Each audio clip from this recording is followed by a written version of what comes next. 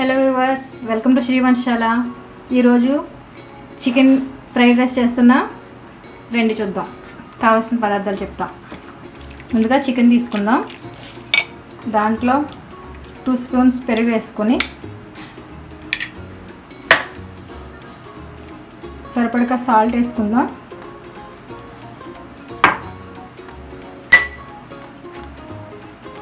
కొద్దిగా అల్లం వెల్లుల్లి పేస్టు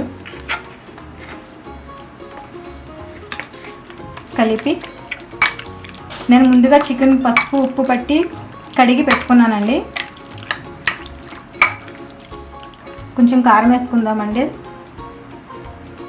కారం వేసి కలిపి 10 నిమిషాలు నానబెడదాము. అది మెత్తగా నానుద్ది. నానబెట్టుకున్న చికెన్ని ఓవెన్ బౌల్లో వేసుకుందాం. ఇలా స్ప్రెడ్ చేసుకుని ఒక 15 మినిట్స్ బేక్ చేసుకుందాం. ఇది పూర్తిగా బేక్ అవ్వని పర్లేదు, లైట్గా బేక్ అవుతే సరిపోతుంది. ప్రీ హీట్ అయ్యిందండి. ఇది పెట్టుకుందాం లోపల.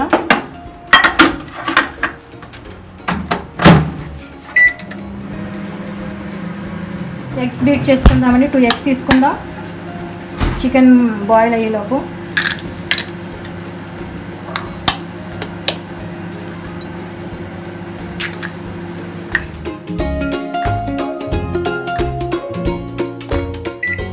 చూద్దామండి చికెన్ అయ్యింది లేదా. 10 మినిట్స్ అయింది.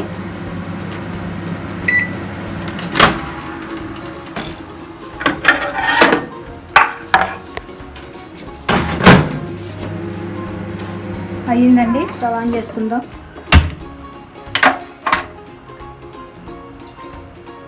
గార్లిక్ వేద్దామండి, వెల్లుల్లి ముక్కలు. తర్వాత వెంటనే అల్లం ముక్కలు వేసేద్దాం. వేపుదాము. చేసి పెట్టుకున్న గ్రీన్ చిల్లీస్ కూడా వేస్తున్నామండి. స్వీట్ కార్న్ అండి, గ్రీన్ పీస్, క్యారెట్ ముక్కలు,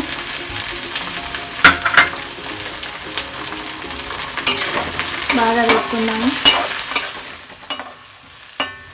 కర్రీ లీవ్స్ వేసుకుందాం.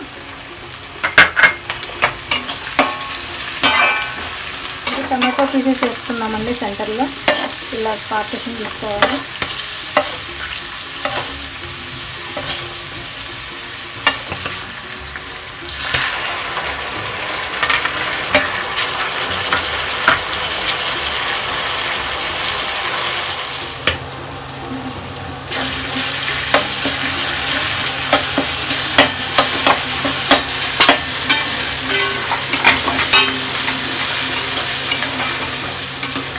తర్వాత క్యాబేజీ వేసుకున్నాము.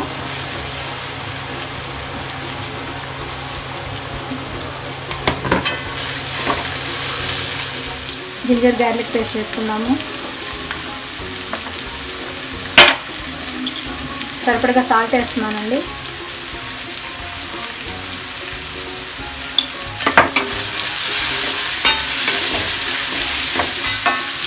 ఇలా సెంటర్లో ఇలా తీసుకుందామండి. ఇలా బీట్ చేసుకున్న ఎగ్ యోక్ని ఈ సెంటర్లో వేసుకోవాలి.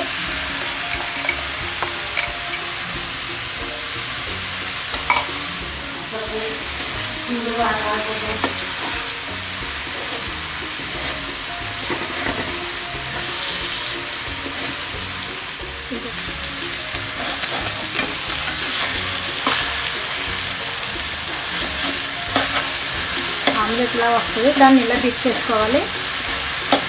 పీస్లా ఉండాలి.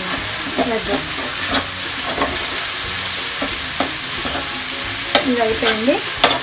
ఇందులో మళ్ళీ ఇలా తీసుకుని చికెన్ వేద్దాము. ఓవెన్ లేకపోతే మామూలుగా పాన్లో బేక్ చేసుకోవచ్చు చికెన్ని. ఓవెన్ ఉండాలని ఏం నచ్చది లేదు. ఇది కూడా ఒక 5 మినిట్స్ లాగా మగ్గనిస్తే దానికి ఆయిల్ పెట్టి బాగా మసాలా అంతా పెట్టి కొంచెం వేగనిద్దామండి. ఇంకా కొంచెం వేగితే బాగుంటుంది. వేగిందండి, మొత్తం అంతా కలుపుతుందిగా.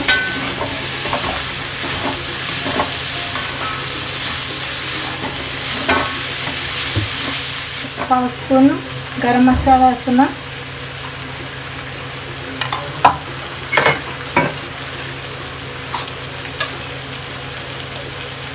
రెడ్ చిల్లీ పౌడర్ వేస్తున్నా.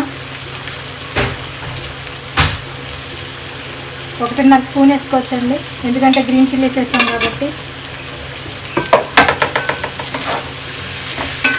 మనం ఏ సాసులు సోయా సాసులు ఏమీ వాడట్లేదు, అంత హోమ్మేడే కాబట్టి హెల్దీ ఫుడ్ ఇది. టేస్ట్ కోసం కొంచెం నిమ్మరసం రసం వేసుకున్నాము. ఒక కాయ అయితే సరిపోతుంది.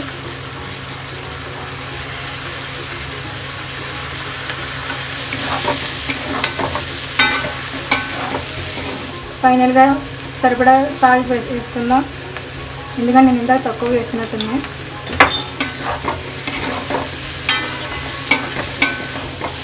ముందుగా ఉడకపెట్టుకున్న రైస్ని వేసుకుందాము.